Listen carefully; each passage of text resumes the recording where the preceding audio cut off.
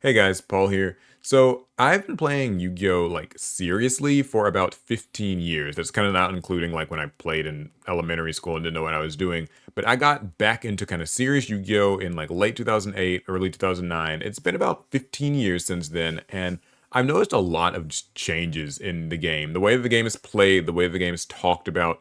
And so I wanted to use this video to just kind of like highlight those things and maybe see if anybody else has sort of experienced similar things with Yu-Gi-Oh, similar trends that you've maybe noticed. I'm going to be focusing less on maybe the gameplay stuff because that would just be me complaining about power creep the whole time, but more so around like the community, its relationship with the game, with Konami, things like that. So, the first big thing, and probably just the largest part of this list at least, is information dissemination in the Yu-Gi-Oh space. When I first got into Yu-Gi-Oh, you just didn't know a lot of stuff. We didn't know what was in new sets. We didn't know how good cards would be. A lot of times, how to even play a deck well was sort of seen as a something of like private knowledge. But that's changed so much in the last just decade or so, where it's so much easier to get information. It's much easier to find, combo guides. It's easier to find builds for decks. It's easier to find out what's, being released and played in the OCG and kind of make predictions about how well things will do when they come over to the TCG and stuff like that.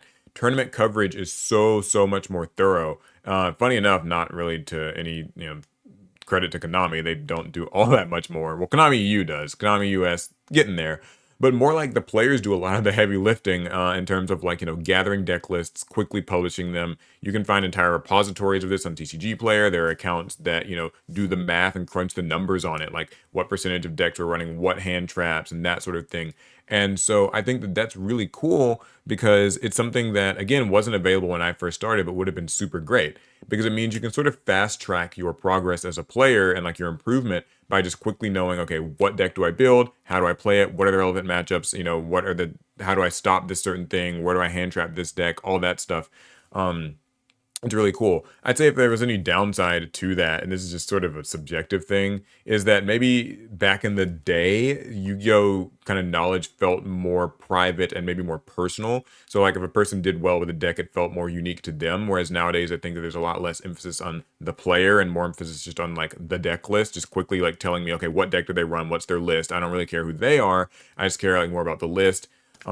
That's not like a huge deal to me, but it is something that I've sort of noticed like a bit of a tension between players who played back then versus maybe players who play now.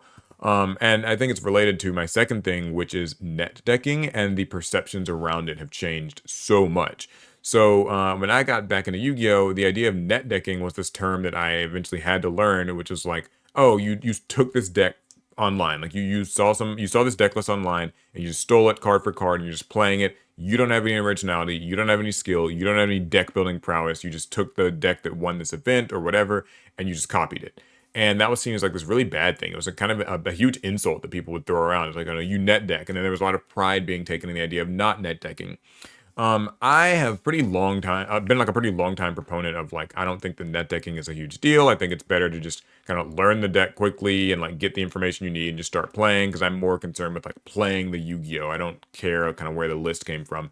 But I know that for a lot of people that's different. However, it feels like in the last like 10 years or so, just the general stigma around that has largely dissipated. There are still people who feel that way, but I think nowadays it's just more expected that you kind of know what the standard lists are, you know what standard ratios are. The more important thing is maybe like stuff like what is your hand trap loadout going to be for this one specific event, or how quickly can you like tell, am I playing the variant X of this or the variant Y of this like common deck? Like, are they playing Snake Eye? Are they playing Snake Eye Fire King? Are they teching this? Are they that teching that? Like that sort of thing feels more important than actually like the idea that you came up with it or not. So again, I don't think that's a bad thing. It's sort of interesting. The next thing that I have written down here, checking my notes, is that I think there's been a big polarization in like products and trading and card prices. So I'm just kind of jumbling this all into one, but basically, it seems like people buy fewer like single packs, right? I think that there's a bigger emphasis instead on buying like cases and stuff like that. People will buy these huge cases, share them online, share the ratios. There's more talk about said ratios. And it kind of extends a little bit to trading as well, where people don't really trade very much anymore. Like people just kind of buy and sell, but I've seen fewer and fewer trade binders, fewer and fewer like trades really happen. And I think that's because everybody keeps much tighter watch on the market nowadays. I think that's a byproduct of the fact that like Yu-Gi-Oh's average audience right now is just a little bit older, right? A lot of people who play this game are like late Zoomers or mostly just millennials who have a little bit more dispensable income, and so the idea of trading is kind of tedious when you can just buy the cards that you need. And there are a lot more market watch style videos and segments where you can just quickly keep track of what card prices are, and so it expedites the whole card acquisition process. And yeah, I don't think that it's necessarily bad, but I do sometimes miss the idea of just actually trading cards for trading's sake, and I do still try to engage in that when I can. If there are people who still just want to trade, I like to try to make a trade and not, pay too close of attention to exact card values. But I definitely feel like fewer people bring trade binders, fewer people talk about trades. It kind of just seems like you get the cards because you can afford them, or you don't get them if you can't afford them, and that's just the end of the story. Um, Another thing too is that I feel like events have changed a lot. Like YCS and regional events seem like they get a lot more attendance, surprisingly. That's partly because Yu-Gi-Oh is maybe a little bit more popular competitively and there's more coverage and stuff around it. But the local level seems like it has, in a similar way to the whole product thing, has sort of polarized some. I feel like I hear more and more places kind of dropping Yu-Gi-Oh lately at the local level because of maybe the way that the products work and the fact that players don't often really like buying products. They would really just rather buy singles.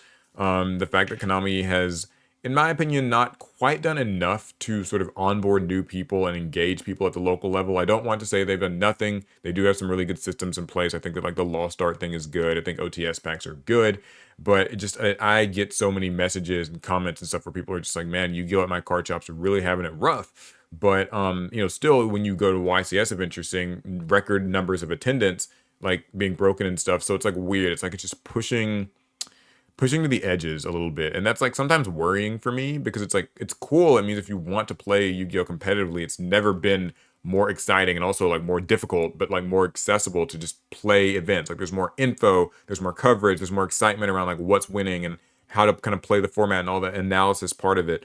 But I think locally and maybe more specifically casually, there's just less, Yu-Gi-Oh has less to offer. So that's worrying. But anyway, the last one is YugiTube. I think YugiTube has changed so much. Like I remember when I first started doing Yu-Gi-Oh videos, the big stuff to do was like trade binders. Like people would just upload a video where it's like, here's my trade binder update. Here's just what I've got for trade. And people do online trading. That doesn't happen a load now, at least I don't think it does.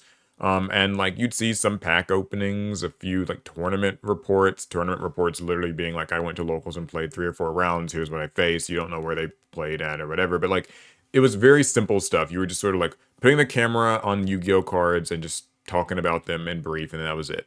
Obviously, a lot's changed in the internet and changed in like the YouTube space where there's monetization. This can be a career. This is like Yu-Gi-Oh can be like more for like entertainment and stuff like that. So you now see this huge shift towards like Yu-Gi-Oh content creators as like personalities or even like in some cases like points of authority. People look to their content creators for a lot of information, but they also look to them for entertainment. We see more like series and stuff. You've got, like your progression series, Master Duel Masochists, Roulette, Yu-Gi-Oh, Spin the Wheel, whatever it is. And people kind of look to content creators more for like an entertaining part of Yu-Gi-Oh. I think I've seen more and more people push towards that whole like their personality is their brand or their fun little quirky segment is their brand, and maybe less so towards just hard kind of deck profile combo stuff. So is it a good or a bad thing? Hard to say. I don't know. I've dabbled in a little bit of all of it. I think that I like where YugiTube is now because it feels like you get to kind of be a little bit more creative if you're a YouTuber. But I do think that maybe for the average Yu-Gi-Oh player who is looking more for like information, they have to sort of look elsewhere. Like I don't think that you really see as much like buzz around the deck profile video of the person who won the YCS. You just sort of look to a site like Yu-Gi-Oh! News TCG or like Ready for Duel or something or TCG Player where the deck lists have just kind of been compiled and presented in that way, or whatever new information is been revealed from the OCG is like kind of shared like that. And again, I think those sites and those like sort of accounts are doing a great job of making Yu-Gi-Oh! More accessible, but it is just sort of a change I've noticed. So, yeah, those are kind of the big things for me. Obviously, we could still make the same video and just focus on the card game aspects alone, where it's like, the I don't want to call it just power creep, but like differences in card power levels and expectations around card design. The way that Konami maybe functions with card design and how they communicate with the community and stuff like that. If you guys want me to talk about that, I certainly could. But anyways, that's going to be it for today's video. I'll see you all in the next one. Oh, and by the way, thank you for getting this channel to over 90,000 subscribers. That's a really big milestone. I'd love to get to 100K soon as well. All right, it's going to be it. I'll see you guys in the next one. Fast turn.